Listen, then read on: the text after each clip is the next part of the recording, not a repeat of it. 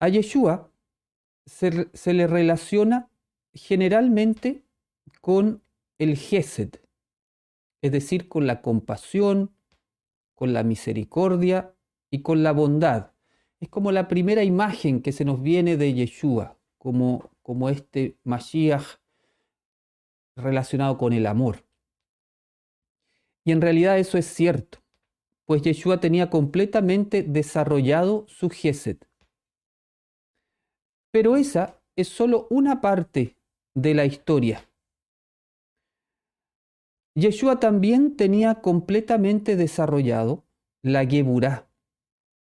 De lo contrario, no habría podido realizar su misión, especialmente en un ambiente tan hostil como en el que vivió, con el poder de Roma, por un lado, y por la corrupción religiosa, por otra. Se requería mucha valentía, mucha fuerza interior para poder realizar la obra que hizo Yeshua. La enseñanza de Yeshua, sus acciones y sus milagros están impregnados de la fuerza de la Geburá.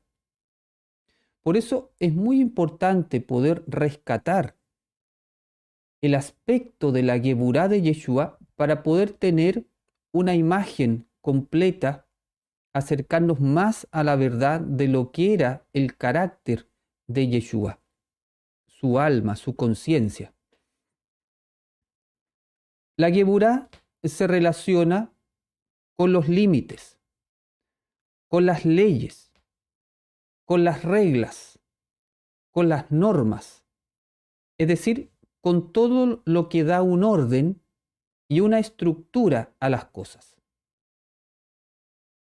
El universo está regido por leyes inexorables que no dejan nada al azar, no dejan nada a la improvisación, al desorden o al caos. Por eso cuando en un momento de desesperación uno dice, pero qué injusto esto, ¿cómo es posible que ocurra esto? ¿O cómo es posible que le pase esto a una persona? Y viene un pensamiento como que el universo no tuviese un sentido. Eso es solamente porque uno no logra captar el orden divino en ese momento. Pero una de las cosas que nos da mucha paz en la adversidad es saber que este universo se sostiene gracias a leyes inexorables que van marcando la voluntad divina y que no hay nada que esté hecho de manera a la suerte. Como decía Einstein, ¿cierto? Dios no juega a los dados, como que las cosas ocurren al azar. Hay leyes inexorables que van marcando la voluntad divina.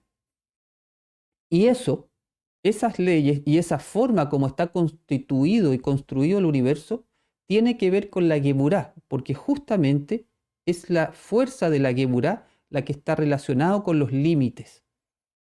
De hecho, por eso, en el primer versículo del libro de Bereshit, el que aparece creando todo es Elohim, y el nombre Elohim, relacionado al ser divino, tiene que ver justamente con esta fuerza que coloca límites al universo. Las grandes leyes universales. Por su parte, el ego detesta el orden y no soporta que le coloquen reglas. De hecho, el ego está constantemente cuestionando las reglas del Creador. ¿Por qué tengo que hacer las cosas así? El ego quiere siempre hacer las cosas a su manera. Incluso llega a tanto que está dispuesto a manipular las leyes divinas a su conveniencia, en la ignorancia de que las consecuencias de todas esas acciones se le vendrán en contra, cosechando un fruto amargo y tóxico. Entonces, ¿qué es lo que hace el ego? Está la ley divina. Y el ego dice, sí, pero que no es tan así, podría ser de otra manera, y adapta la ley divina a su propia conveniencia. El ego nunca le gusta que le coloquen reglas. Una sociedad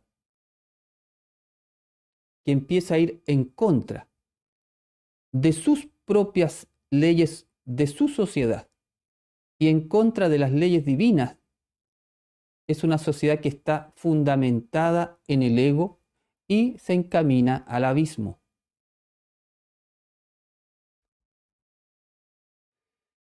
Yeshua, siguiendo la línea de la Torá y de la tradición espiritual de los profetas y de los maestros hebreos, puso requisitos bastante exigentes para seguir su camino. Y esto es una idea que no es muy conocida o no se le da tanta importancia, no se estudia mucho, no se destaca. Pero si uno va leyendo con atención los escritos nazarenos, se va a encontrar que Yeshua es riguroso, es exigente. Y vamos a ver hoy día un texto donde vamos a ir viendo esto. Me referiré a un texto en el que Yeshua exige una gran geburá. Dice el libro de Marcos: y llamando a la gente y a sus discípulos, les dijo: si alguno quiere venir en pos de mí, niéguese a sí mismo, tome su cruz y sígame. Ese texto tiene gran geburá.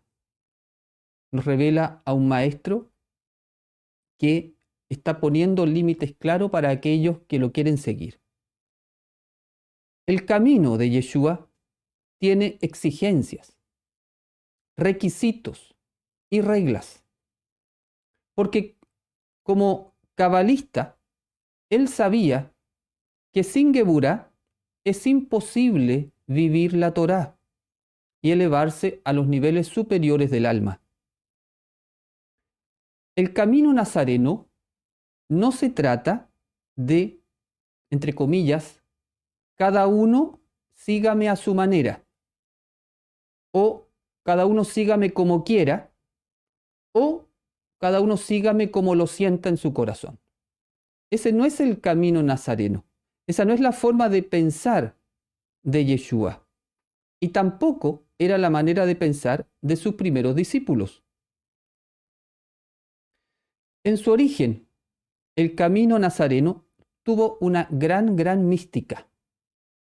Y los primeros nazarenos tuvieron una valentía heroica para dar testimonio ante el mundo y mantener su fidelidad y obediencia.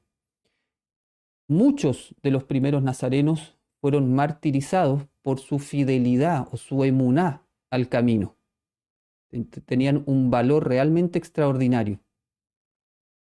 Esto fue posible porque desarrollaron la fuerza de la geburá, que les permitía vencer su ego y mantenerse unidos a Yeshua a pesar de la persecución. El texto leído nos muestra que Yeshua puso una exigencia a todos los que querían seguirlo. Él habló a todos. Esto dice a la gente y a los discípulos. Pero a todos les dijo lo mismo: si alguno quiere venir en pos de mí, niéguese a sí mismo, tome su cruz y sígame. Podemos preguntarnos: ¿quiero en verdad seguir a Yeshua? ¿Quiero en verdad ser fiel a su enseñanza y obedecerle? ¿O por ahora estoy viendo de qué se trata? ¿Estoy viendo qué ofrece? ¿Y estoy analizando si me acomoda a mi forma de vivir? Cuando decidimos interiormente seguir al Mashiach, Yeshua pregunta: ¿tú quieres seguirme? Y uno contesta honestamente, sí, quiero seguirte. Entonces, Yeshua nos dice, comienza por negarte a ti mismo. Negarse a sí mismo es el primero de los 3 pasos señalados en el texto de Marcos. Primero aparece el negarse a sí mismo. Una vez que uno ha logrado eso, puede tener la fuerza para tomar su cruz, y una vez que ha tomado su cruz, puede seguirlo. Son 3 pasos claramente señalados. El texto nos revela que no es llegar y seguirlo por un impulso del momento o un entusiasmo pasajero que se acaba ante la primera dificultad. Negarse a sí mismo, tomar la cruz, seguirlo. Para seguir a Yeshua de verdad, se requiere la fuerza heroica de la Geburá. Esa fuerza se mantuvo con mucha firmeza hasta el siglo IV de la era común. Luego comenzó a decaer y con eso la mística del movimiento nazareno original se perdió y quedó principalmente una creencia intelectual que se acomodó y se asimiló al mundo y a la codicia y al poder terrenal de aquellos que tenían que liderar también a los seguidores de Yeshua. Por eso mucha gente sigue hoy a Yeshua, entre comillas, a su manera, es decir, a la manera de su ego, sin buscar negarse a sí mismo, sin salir de su situación de comodidad y mucho menos tomando la cruz.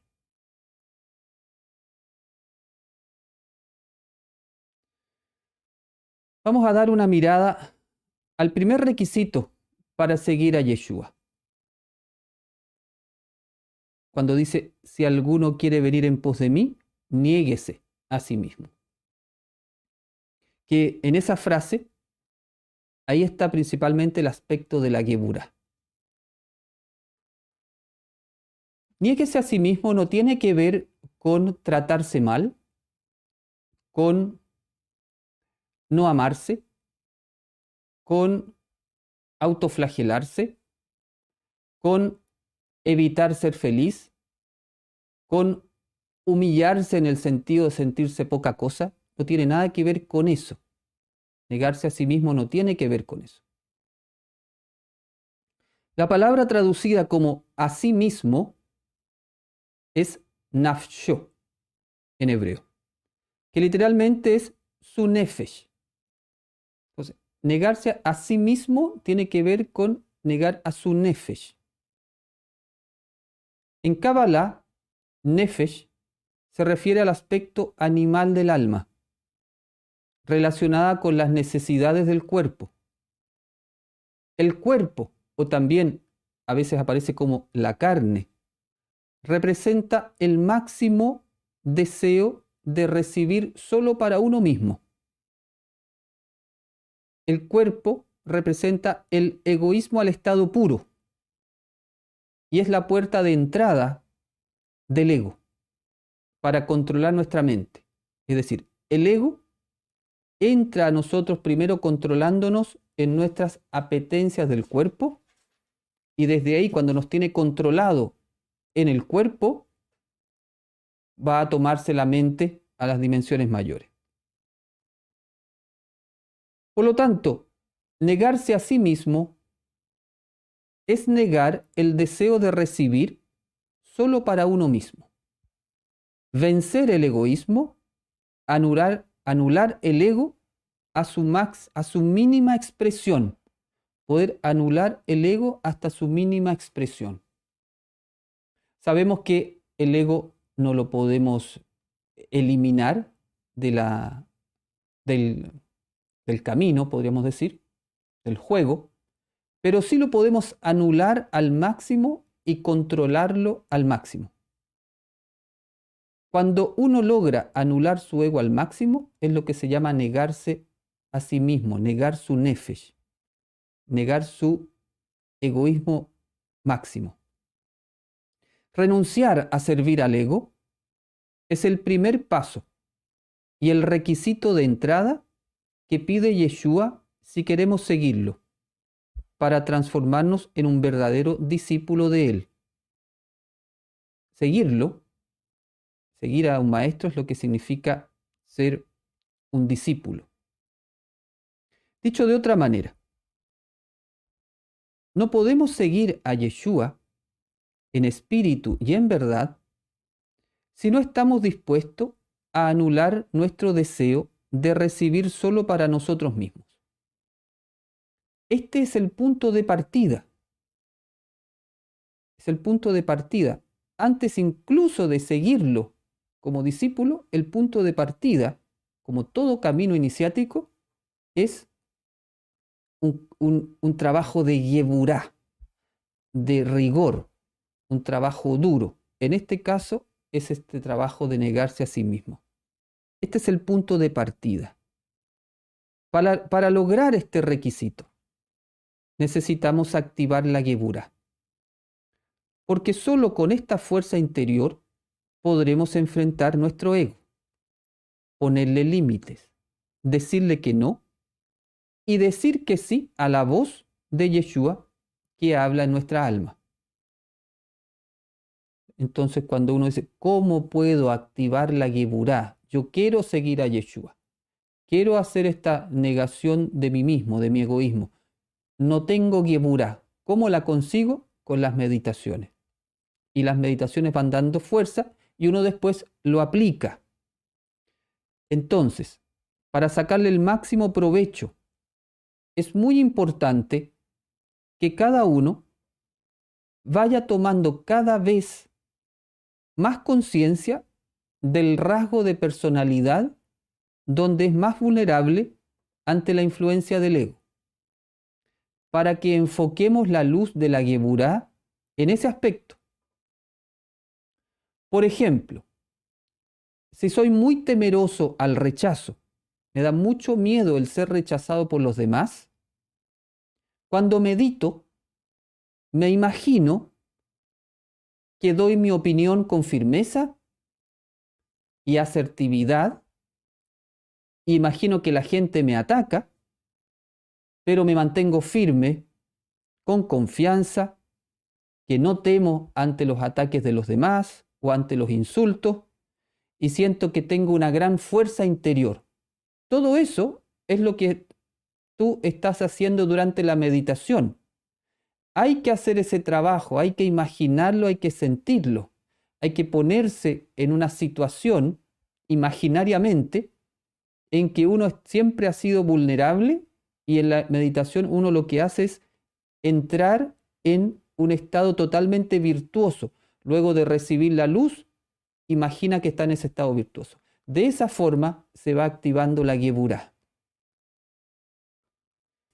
Y realmente uno se sorprende de la yeburá, de la exigencia que pone Yeshua para aquellos que quieren seguirlo. Y en realidad no es de extrañar, porque el camino nazareno está marcado por un gran cabalista, que es Yeshua.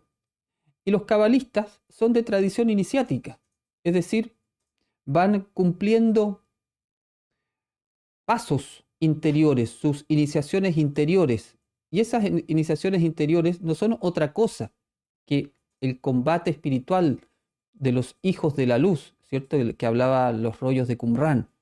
Y ese combate espiritual se da solamente con la yeburá. Entonces poder rescatar la energía de yeburá del maestro nos permite entenderlo también a él y al camino que él propuso. Y eso vuelve la mística, porque cuando se pierde la yeburá, se pierde la mística. Cuando se pierde la yeburá, tú ya empiezas como a adaptar las cosas a que te sea fácil. La Geburá no es algo fácil, negarse a sí mismo no es algo fácil. Es un trabajo, hay que tener fuerza interior. Cuando tú le sacas la Geburá al camino, le sacaste la mística, entonces empieza a ser cambiado por algo que es muy light, es muy fácil, en realidad no te requiere tanto esfuerzo y tú vas siguiendo por la inercia algo y ahí ya se pierde la mística original. Hay que volver a lo que era realmente el camino, marcado por los nazarenos originales, marcados por los hijos de la luz o los esenios, ¿cierto? Y bueno, que se mantuvo hasta el siglo IV. Desafío del tiempo de ahora es volver a las raíces iniciales. ¿Yeshua sanaba con Geburá? La fuerza con la cual él hacía los milagros aparece señalada en el texto como Geburá. Es decir, la fuerza interior, la valentía, la fuerza, todo este combate contra el ego es lo que hace que en el Mashiach se active el poder de hacer milagros. ¿Dentro de Geburá puede estar la ley de causa y efecto? La ley de causa y efecto está en todo. Es una ley del universo. Está en todo. Aplica a cualquiera de las sefirot. Es una ley universal. Si tú en Gesed haces una obra de compasión, de bondad, por ley de causa y efecto, vas a ser retribuida, vas a cosechar los frutos de la obra de tu bondad. Lo mismo, cuando aplicas bien la Geburá, la fuerza, vas a cosechar un fruto también beneficioso para ti. Pero la ley de causa y efecto está en todas las sefirot. Ahora, como parte de las leyes universales, entrarían dentro de lo que es la Geburá, en el sentido que las leyes son las que les colocan los límites y marcan el orden del universo. El universo se mantiene ordenado, por ejemplo, las órbitas de los planetas, todo, las estaciones, todo lo que es el orden del universo se mantiene por leyes universales. Y ese orden tiene que ver con límites. Y esos límites entran dentro de esta energía que se llama Geburá. Aplicado a nuestro desarrollo interior ya personal como ser humano, esos límites aparecen entonces como la capacidad de poner límites a nuestro ego para que nuestra vida esté ordenada de acuerdo a la instrucción divina. ¿Qué significa levanta tu cruz como segundo paso? Cuando tú puedes negarte a ti misma, puedes establecer la cruz. No tiene que ver con cargar algo sufriente. Significa una característica espiritual muy elevada que permite recibir la luz y compartirla. Poder recibir la luz y compartirla solamente lo vamos a poder hacer cuando estemos trabajados en nuestro egoísmo. Si tengo un deseo de recibir solo para mí mismo, no voy a conectar con Elohim, por lo tanto no voy a recibir la luz. Y como voy a ser egoísta, tampoco la voy a compartir. Por lo tanto, la cruz no se va a formar dentro de mí. No voy a tomar la cruz. No voy a alcanzar ese estado espiritual elevado. Por eso primero me niego a mí mismo, después tomo la cruz y después lo puedo seguir. Entonces, una vez que tengo esos dos pasos, que ya he trabajado en mi ego, que ya estoy recibiendo la luz y compartiéndola, ahora ya puedo seguir al Mesías. Para negarse hay que conocer por dónde ataca el ego de cada uno. Hay que observarse. Para negarse, tienes que tener la intención de pasar de un estado de recibir solo para ti a un estado de recibir para compartir. Eso es lo primero que hay que tener. Tienes que tener esa honesta intención y estar dispuesto a dar toda tu energía para hacer esa transformación. Una vez que tú ya tienes esa intención, por supuesto tienes que empezar a autoobservarte y ver dónde están los puntos más débiles, por dónde el ego te ataca con más facilidad, por dónde uno pierde el combate con más facilidad y ahí entonces va enfocando, va levantando, podríamos decir, muros de contención que vendría siendo esta fuerza interior que permite que cuando ataque el ego tú lo puedas contrarrestar y vencer. Mashiach significa ungido, significa que el Ruach HaKodesh actúa completamente en la conciencia de Yeshua, su alma está guiada por el Ruach HaKodesh, y significa también ya en otra lectura, significa que Yeshua como el Mashiach realiza una obra que se llama la obra de la redención, que está dividida en dos fases, una que es como Mesías Ben Yosef y una como Mashiach Ben David. Entonces, Mashiach significa que él realiza una obra y esa obra restaura el alma humana a un estado original de unión con el Creador. Permite lo que se llama la salvación, que es poder reconectar estados del alma cuando estaban muy, muy separados del Creador.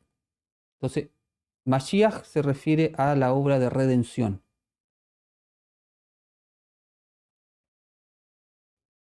¿Se puede decir que la Geburá espiritual es la relacionada con el amor y que esa fuerza se distingue por estar asociada a la luz y no al ego? La energía del amor atraviesa las 10 sefirot, no solamente Geburá. El amor, que es la energía, podríamos decir, la materia prima del universo con la cual está construido, la esencia divina, atraviesa todo el árbol de la vida. La luz al estado puro es amor, conciencia divina. Esa luz, amor, se va manifestando en distintos atributos. Entonces, el amor es Gesed, pero también el amor es Geburá. Ambas formas son expresiones del amor. Lo que pasa es que se expresan de manera distinta. No es que se asocie el amor solamente con una sefirá. Todo el árbol de la vida es el amor expresado en 10 formas diferentes. Si una ley humana social es injusta y va contra las leyes universales, ¿hay que seguirla o desobedecerla? ¿Ese aspecto de desobediencia es Geburá? Sí, claro, como decía los primeros shalías o emisarios o apóstoles, ¿a quién vamos a obedecer?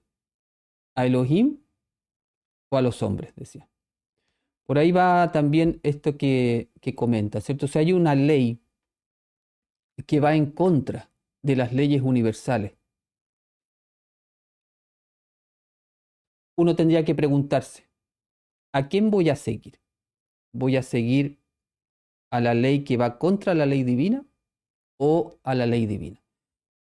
Si somos consecuentes con el camino, deberíamos seguir la ley divina y no aceptar una ley que vaya en contra de la instrucción divina, porque la instrucción divina no tiene otro objetivo que hacer que nosotros podamos ser lo más felices que podamos y alcanzar nuestro más alto nivel de conciencia.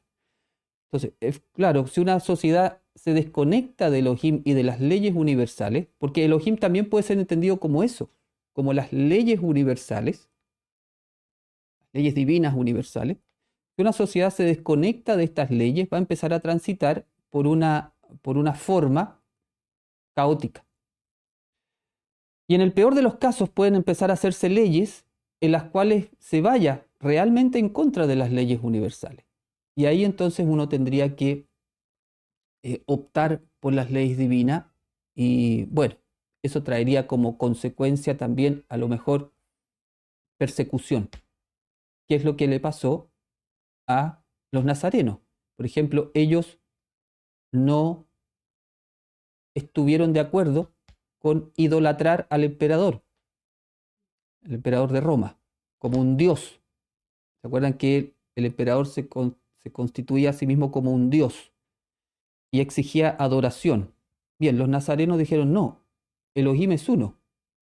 No podemos adorar a una persona. Eso es idolatría para nosotros, es paganismo. No, fueron quemados, ¿cierto? Se lo comieron los leones, etcétera, etcétera. Entonces, claro, fueron en contra de una ley civil y le trajo como consecuencia la muerte. Aquí entonces uno vuelve a conectarlo con la Geburá, ¿cierto? Uno dice, si pasara eso en el mundo de ahora, ¿tendría yo la valentía de decir que no, aunque me costara la muerte, por ser fiel al camino? Los nazarenos originales lo tenían. Tenemos que recuperar esa emuná y esa geburá. Cuando uno va venciendo a su ego, aporta al colectivo. Si mi ego tiende al egoísmo y hago acciones de generosidad, ¿te ayuda a que haya menos personas egoístas? Sí, y es muy bonito cómo funciona, porque cuando tú empiezas a ser consciente que quieres crecer espiritualmente y ya sabes, por ejemplo, tú dices, mi ego es más vulnerable en este aspecto, y empiezas a construir Geburá. Por ejemplo, en el ejemplo que ponía la reflexión, si uno es muy temeroso, ¿cierto?, del rechazo del resto, y tú haces consciente de eso y empiezas a trabajarlo, esa virtud que se empieza a construir en ti, esa Geburá que te permite enfrentar con valor las opiniones adversas, esa misma virtud tú la empiezas a irradiar hacia el colectivo. Entonces, toda la gente que está haciendo su camino espiritual para vencer ese mismo temor, tu virtud le suma, le ayuda a que esa persona pueda desarrollar con mayor facilidad esa virtud, porque tu fuerza le da como un plus, como una energía adicional. Entonces, de todas maneras que sí, y eso es algo que uno debería tener siempre, siempre presente en el trabajo espiritual, motivarse, porque cada paso que uno va dando, cada paso que uno va logrando, cada victoria que uno tiene sobre el ego, va ayudando a muchas personas a dar ese mismo paso. El Mashiach, como Ben David, ¿qué realizará en su segunda venida? Muchas más cosas de lo que yo puedo saber y de lo que está escrito. Pero algunas cosas se saben, ¿cierto? El Mashiach Ben David va a reinar. Es decir, Ben David tiene que ver con la sefirá de Malhut, que es reino, reinado. Hay una energía, ¿cierto? Ya sea que tú lo veas como Yeshua, ¿cierto? El Mashiach resucitado, que retorna y reina en nombre de Jehová el mundo. Es decir, hay una energía conciencia en la cual el mundo va a vivir, que es la energía conciencia del Mesías, la energía del amor, la energía de la unidad, la energía de la paz, la energía del shalom. Eso es lo que es la edad del Mesías. Entonces, por una parte es eso. Pero por otra parte también está todo el despertar de nuestros Mashiach individuales que van a sumar a esa energía. Entonces hay un retorno de Yeshua al Mashiach resucitado, pero al mismo tiempo hay un Mashiach colectivo que se suma a esta energía. Entonces se establece esta gran energía conciencia que le llamamos el Mashiach colectivo, así como hay un ego colectivo que nos va desconectando de Elohim. Ocurrirá un Mashiach colectivo en la medida que vayan despertando mucho más gente a su Mashiach interior. En algún momento va a haber un Mashiach colectivo que va a ayudar a que esa humanidad esté permanentemente sintonizada con Elohim, con sus leyes universales, y por lo tanto las sociedades van a ser gobernadas por este estado de conciencia de amor y unidad y sintonización con las leyes de Elohim. Negarse sería renunciar a nuestros placeres, tentaciones, lo más mundano, a nuestra parte animal, para elevarnos en conciencia al corazón y llegar a controlar nuestro nefesh a través de nuestra mente. Y esto lo hacemos en cada una de nuestras meditaciones y que no sea al revés. Sí, es un excelente resumen. Yo haría un alcance. No es que uno renuncie a los placeres. Por ejemplo, comer es un placer. No renuncias a comer, no renuncias a comer rico, por ejemplo. Renuncias a la gula. Renuncias a que tú comas de acuerdo al ego. Por ejemplo, no renuncias a un placer sexual con tu esposa. Lo que renuncias es al sexo desordenado por deporte o al adulterio, por ejemplo. Entonces, no renuncias a los placeres. Lo que pasa es que santificas los placeres desde tu neshama. Esa es la idea. Podemos decir que seguimos disfrutando al máximo los placeres del mundo, pero santificado, consagrando todo lo que hacemos en el nombre de Yeshua. Como el Mashiach lo haría, esa es como la idea. Tú siempre estás preguntándote, si yo fuera ya un Mashiach, ¿cómo me serviría estos alimentos? ¿Cómo tendría relación con mi esposa? Por ejemplo, ¿cómo disfrutaría de los placeres de la vida? Piensa tú que de Yeshua decía que era un bebedor y un borracho, ¿cierto? Un comilón y un borracho. Es decir, que disfrutaba también de los placeres, pero lo hacía como un Mesías. Entonces tú en estado de Mashiach, ¿cómo disfrutarías los placeres? ¿A qué se le llama guerra espiritual? ¿Es una lucha contra el ego? Sí, la guerra espiritual. Por ejemplo, hay un rollo de Qumran especialmente dedicado al rollo, se llama el rollo de la guerra, donde habla justamente de la guerra entre los hijos de la luz y los hijos de las tinieblas. Tiene que ver principalmente con un combate interior que uno hace contra el ego. Es el vencimiento del ego. Es cierto que pueda haber un combate exterior. Es cierto. Hijos de la luz contra hijos de la oscuridad.